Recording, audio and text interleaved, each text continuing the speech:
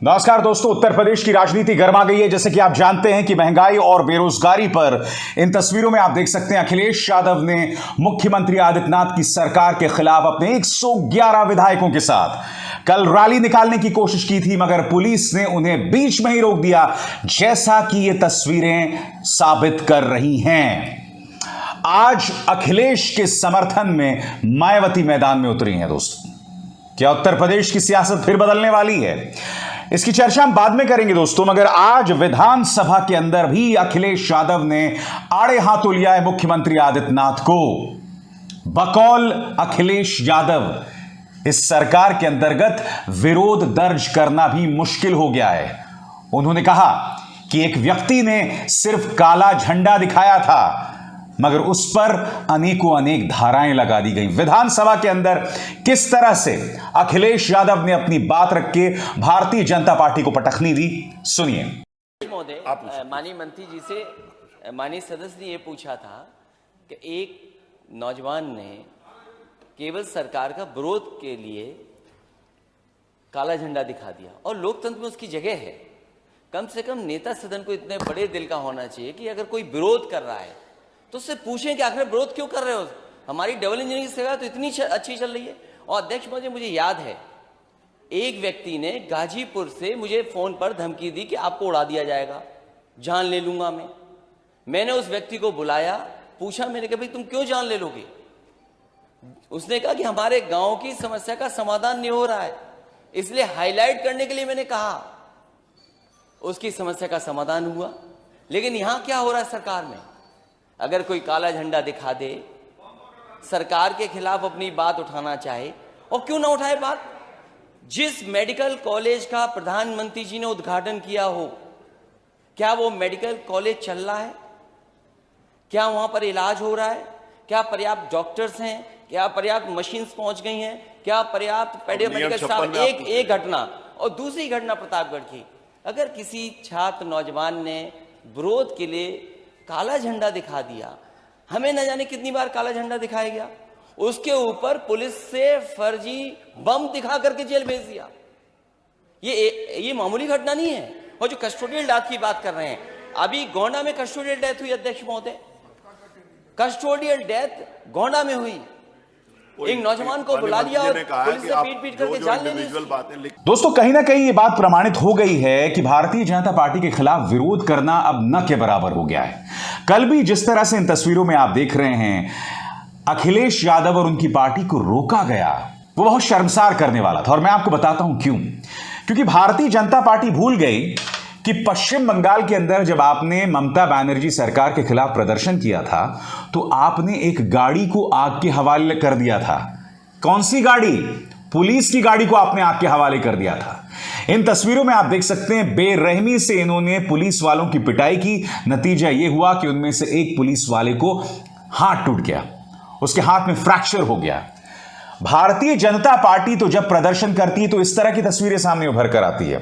और विपक्ष की सरकारों ने आप पर कोई बहुत कड़ा एक्शन भी नहीं लिया, बुलडोजर भी नहीं चलवाए, जिस तरह से अमूमन आदित्यनाथ जी जो हैं बुलडोजर चला देते हैं।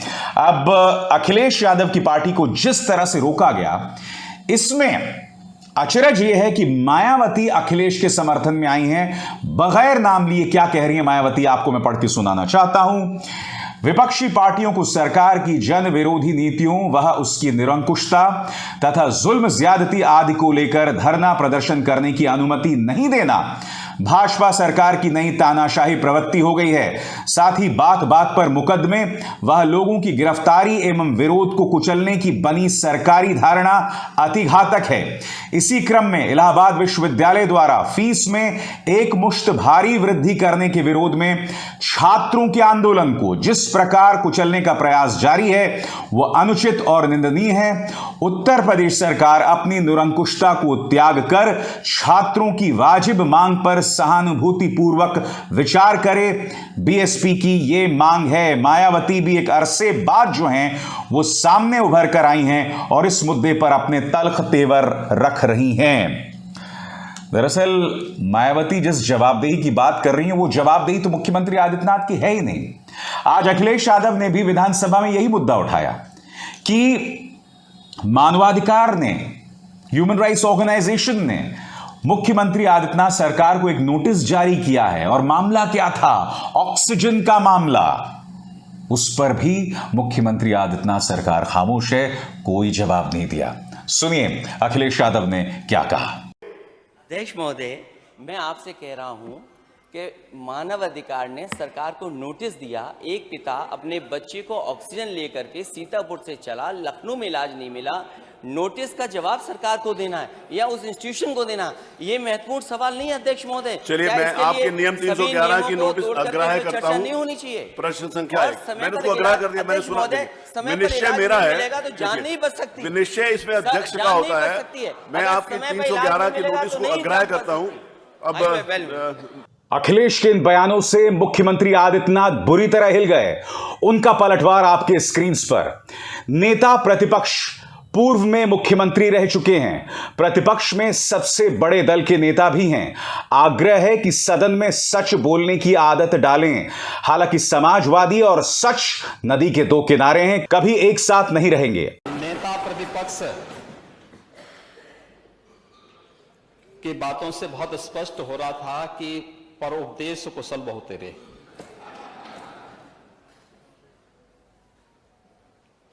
और उनको यह भी नहीं पता था कि वह जो बोल रहे हैं आखिर किसको बोलना चाहते हैं। इस प्रदेश में 4 बार समाजवादी पार्टी की सरकार रही है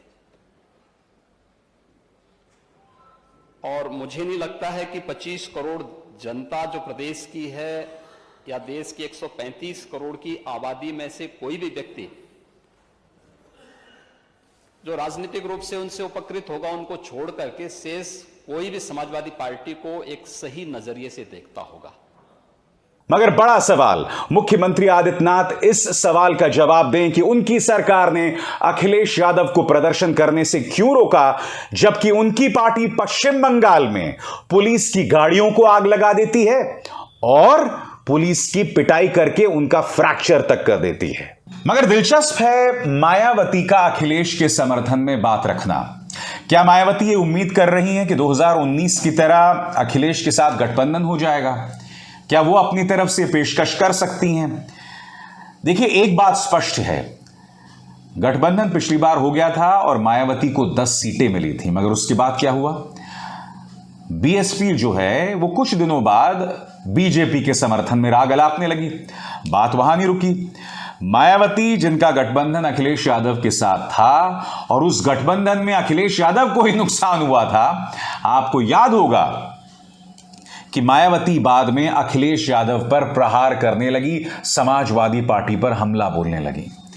इसलिए मायावती पर विश्वास मुझे नहीं लगता कि अखिलेश यादव करने वाले हैं। और एक बड़ी बात यह भी है कि उनका जो वोट बैंक है वो भी उनसे खिसक रहा है और इसका प्रमाण ये कि उत्तर प्रदेश चुनावों में मायावती को एक बहुत बड़ा शून्य मिला था।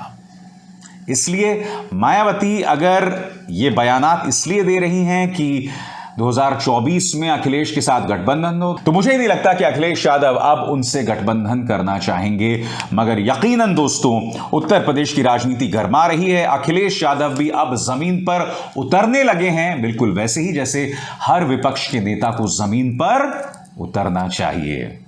अब अभिसार शर्मा को दीजिए इजाजत। नमस्कार।